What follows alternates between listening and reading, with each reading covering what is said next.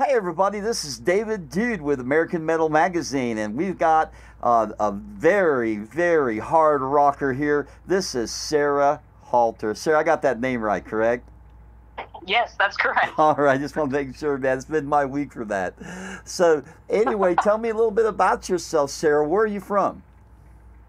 Well, I'm originally from like the central Pennsylvania area, like near State College, Penn State, Altoona, and then Altoona. I'm in between those areas. That's where I grew up. However, I'm living and making music now out of Pittsburgh, Pennsylvania. Right. Why did you make that move? Just is there more stuff to do than where you were? Is just more of a music scene than where you're at right now in Pittsburgh? Oh yeah, definitely. There's really not. I mean, there's definitely a scene out there, like in the central PA area. I've actually played with some of the bands in like some other, cities and for other festivals around there. But for regular, regular shows and more connections and just more people. I prefer to live in like a more urban environment. And Pittsburgh was like, it's not huge compared to like Philadelphia or New York City. It's also still, affordable as well. I've been here for 9 years. Oh, actually, wow. Yeah. So you've been there for a while. Yeah. Yes. Yeah. So what's one of those great hot spots that you go hang out a bunch at in your area? Is there a place that you go out and go do, whatever, playing out or something like that? There's some really good venues here. There's Mr. Small's Theater, Mr. Small's Funhouse. Those are very good venues. I mean, they're so backed up and booked. I occasionally get a show with them. There's been a lot of changes in venues ever since COVID as well. There used to be some really good like underground smaller ones, but they kind of like some of them had come and gone. Yeah. There's a new hot venue right now. It's in Millvale. It's called the Poetry Lounge, which that one was really good. I had a great show out there. It was June 1st of this year. Yeah. So that one's kind of newer, but they're filling up. You look on their schedule now, it's like you got to like either book way ahead or in advance. And a lot of my shows this summer have actually been like in the Ohio Valley area. Yeah. I had one out in the spring out in Harrisburg. I've been trying to like tour around, get some, out of town dates. Yeah, you got to do that. You got to spread yourself around. You got to spread the love around. Yeah. Definitely. Absolutely. So now, who is the original members? We have yourself. Is there anybody else? Or are you working with different musicians? Do you have other people that are in the band permanently? Currently no. I'm still working solo primarily. I haven't like found regular musicians that can accompany for all my shows and just and my vision with recording. I mean, I'm very I try to be as productive as I can with it, and it's really hard to line it up. I mean, it has pluses and minuses. I've worked in a band setting before, but ever since 2021, I've been doing this basically all by myself. When I play shows, I do guitar and vocals, and then I have backing tracks for the other parts. Sure. In my songs.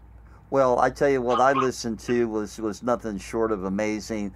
There's just something about your vocal style that's just so engaging. It's not over the top. It just seems to go with the music so well, and it's just it's really awesome to watch these videos and listen to it. We're excited about having you on the site.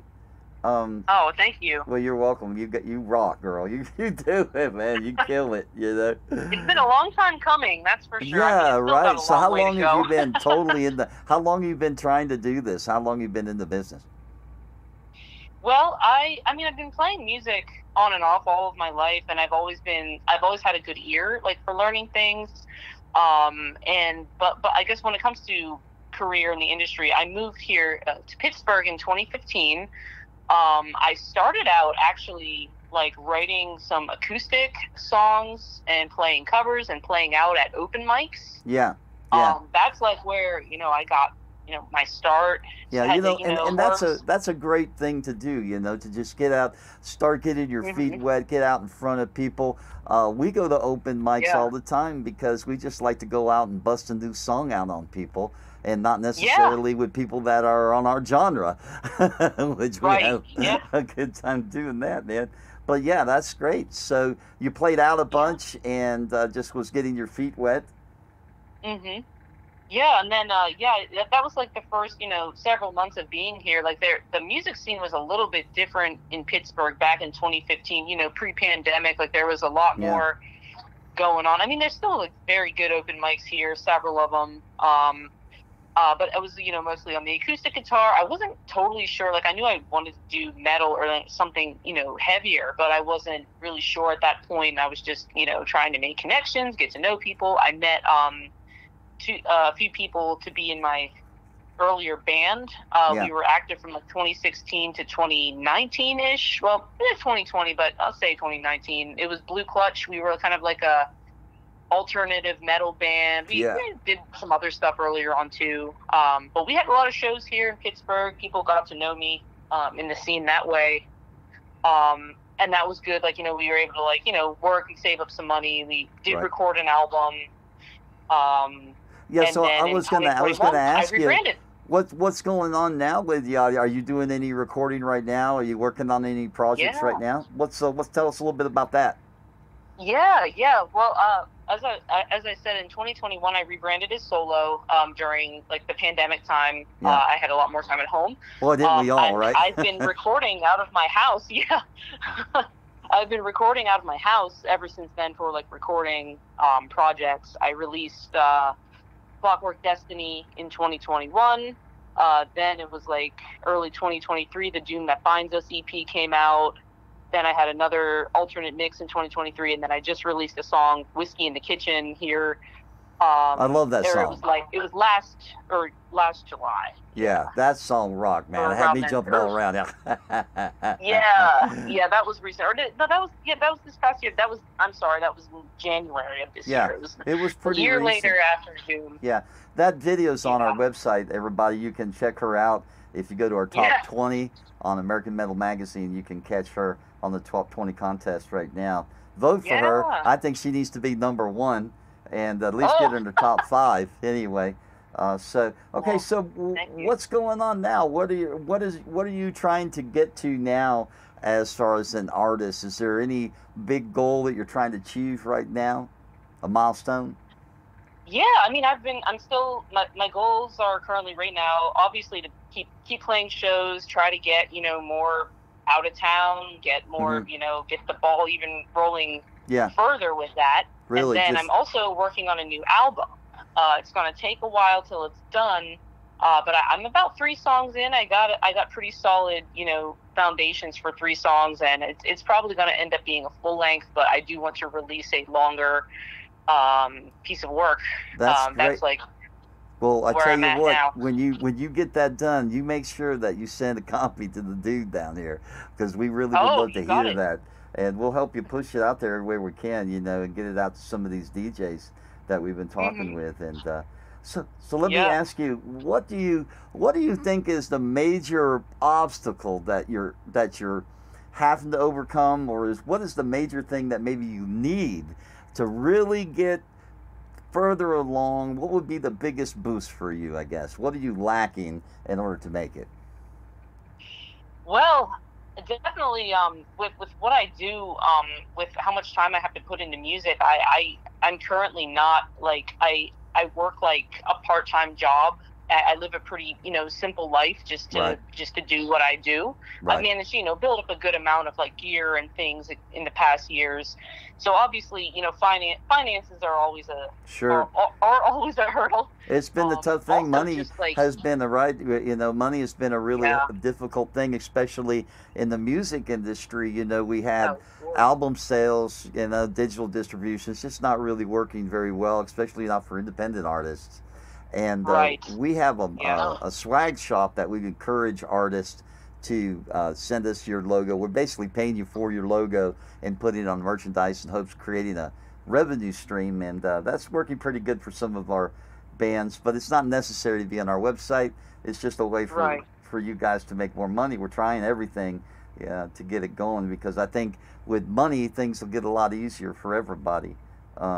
Yes. Part of what we're trying to do is really get the support for the artists and raise awareness to these great bands. And if you're a venue out there and you're listening and you'd like to contact Sarah, you can do that on our magazine website, AmericanMetalMagazine.com.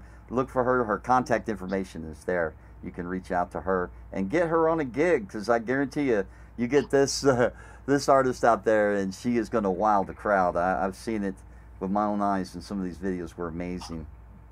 Let's see. Oh, thank you. Yeah. Oh, you're welcome. Well, you deserve it, man. You really rock. I mean, you know, there's a lot of bands that we get in here that they're okay, but I know when Dan first heard you, he says, "Check this out. You got to hear this." And we sat down and listened to it. We were just blown away. We thought it was great. So, where can we find you? Gonna give you a little plug there. Just a shout out real quick. What's the YouTube channel? Do you have it on Spotify? Where are some of those places that we can pick your music up? Yeah, if you search Sarah Halter on YouTube, I show up there. I have the separate, there's two different ones. One's for YouTube music, where all the tracks are. There's also my YouTube channel as well that'll show up there with videos. All my videos, and I don't post to that one as much as I do on my other platforms, but I'm trying to get better at it and keep up with it. There's tough. A decent amount of subscribers on it, but there's that one, and then Instagram. I'm very active on Instagram and Facebook. Yes. Instagram is Sarah Halter Music. Facebook is also just Sarah Halter, or Facebook.com Sarah Halter Music, but that one's spelled with a K. So those two are probably the biggest platforms there. Instagram, Facebook, TikTok as well, Sarah Halter Music. Awesome. Well, I compared to a lot of the bands, I think you've done a great job of self-promoting and really getting into all those places. I know that you're everywhere out there. That's really commendable. It's hard to do. It's hard to work, because we all want to just do this for a living and not have to work anymore. You know what I mean? Sure. But we gotta eat. So, and it's really become hard on these musicians out there. People don't realize just how tough it's been. So we hope that everybody will support independent music and these musicians. Now I got the hard one for you. Okay, so here it is. What is the biggest influence that you've had in the time that since you were a little kid till now? What is the most impactful music, either experience or song? What has that been? What has that made you say to yourself, you know what, this is what I want to do with my life? Oh my, that's such a hard question, because there were so many phases. Yeah, I know. There were so many phases of music, but I remember in I love various music. I like other genres of music other than just metal. I remember just really liking those radio songs that would play in the 90s, going to school in the morning, anything from the modern pop to classic 80s. I'd be singing along what my mom and dad would be playing in the car. I remember they would play REM and Genesis. That was really cool. As a little kid, I remember those two really struck chords with me. As I got older, I really liked a lot of the alternative rock scene, and what they called it back. I don't know. It was a little bit different. Evanescence was huge. Obviously, I loved Amy Lee because it was all awesome. An awesome female singer. Love her. Just being inspired as a teenager. Saw them in concert in their heyday. That was absolutely mind blowing. As I got a little older, I started liking other bands in that scene, and then I really got into more heavier progressive stuff like Tool. Right. I love Tool a lot. There's got anything with a lot of groove in it. Right. And I would say that's a big part of it too. I think that metal as a whole has gotten a stigmatism of just being a wall of sound, and I think that the power behind it and things like that come out. But you have to have the one thing that I really pick up on, and that's groove. Groove. Yeah. You got to drive have it. And groove. Right. You got to have the dynamics. You have to have the drive.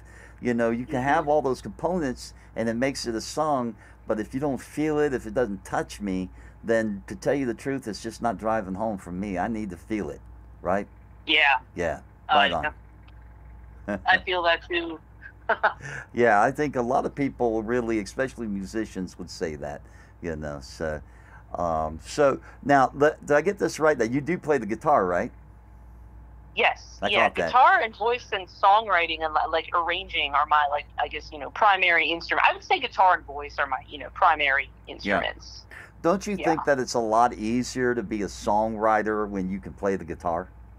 Don't you find that to be a lot simpler situation? Yeah, the guitar, like I had said, when I started playing the acoustic guitar and like getting really good at like synchronizing, like playing and singing, I started to write songs. It was a great tool, used to write songs. I mean, there's all different ways that you can go about composing, but a lot of my songs that I have released so far have roots in the acoustic guitar. And that songwriting, that using the guitar as a tool, with melody and chord progressions and everything there. Yeah, I totally get that. I'm a guitarist and a songwriter as well, and I know that I don't see how I could get through it. I know a lot of people out there that they don't play the guitar and they write. I don't see how they can even get through that. I got one last question for you. If everything went perfect today, if you got the magic phone call, where would you be? What would you want to be touring? Would you be touring? Would it be playing occasional shows? Would it be none of that, just playing around here? What would be that big dream for you? Well, I would, if something came through, I wouldn't rush into any decisions to move anywhere or do anything. I'd probably stay here. I would get support to finish. I'd quit my job. I would dedicate all my time to finishing this album, work with whoever wanted to work with me to make it as successful as possible, pay a pretty penny to get that done, and then boom, then take off, schedule tours, go from there. Well, I can tell already you got a great work ethic. It shows in everything that you do and your interaction with us here. It's just been wonderful working with you, and I would say to any label or anybody out there that could help Sarah, that this would be a good investment. This lady right here, she brings it, man. She really does. Watch a couple of videos, you'll see what I'm talking about, and somebody out there, give her a break, because man, she's gonna, well, if you don't give her a break or not, she's gonna make it. If you ask me, it's just a matter of time for Sarah. So.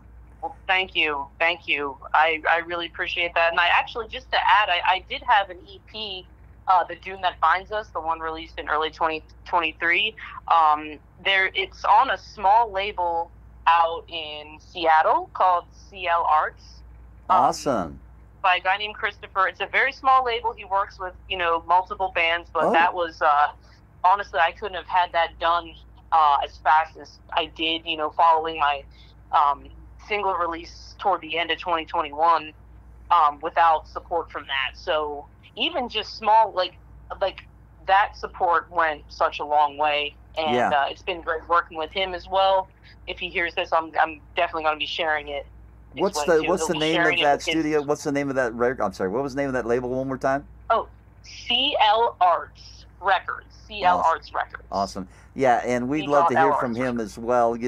We're trying to get these labels on our website as well, so that they can hook up with artists and artists can find them. So we're trying to get with other labels out there to get posted on our website and get the community up and running. Well, that looks like it's going to be out. You have anything else you'd like to add, Sarah, or shout out to anybody special? Well, I just want to say to whoever's listening, whoever listened or who is about to listen to my music, or who knows me or who has worked with me, again, thank you so much for all of your support with everything going forward and for things in the past. And also a huge thanks to Doc Rock for having me in the studio before and for continuing to spin my tunes. I know, that his interview was great, had great insight about the current state of metal from like a smaller or independent artist and DJ's perspective as well. Yeah, right. Mm-hmm. Yeah, and that's so important because, way I see it, and Doc had a good point, is really online radio is really the future here of what we're all trying to get to. You know, it's tough to monetize. You know, we've got a few ideas on how to make that happen, but it's tough. But at least now you can get out there. You can get noticed. You know, the way is possible. You know, especially if you're talented, and you can get out there and make it. And then he has some great insight. Again, thanks, Doc, for the interview we had. So. Awesome. Well, again, thanks for having you, Sarah. We're going to get you posted up on the website. By the way, everybody, Sarah has made it into the top 20 contest. So get to American Metal Magazine, vote for her. We need to get her up to top 5, and then we're going to send her out to all the DJs that we know of in the world and get her some more playtime. So thanks again for Sarah for coming and talking to us here at AMM. Thank you very much, Dan and David. I really appreciate your time, and rock on. You guys rock. I got to check out your band. What's your band? I got to say, yeah, we're in a band, but we try to put that in the back. But the name of the band is Witchkill. We're a metal band. Okay. Yeah. Southern metal is a new genre that we invented. So if anybody's listening out there, that's right. If you hear it, this is proof today that you heard it. You're witnessing that Southern metal is actually a thing now. Yeah. So. All right, Sarah, thanks a lot, and we're gonna see you online real soon with the interview. All right, thank you guys again. Have a great night, and thank you for having me.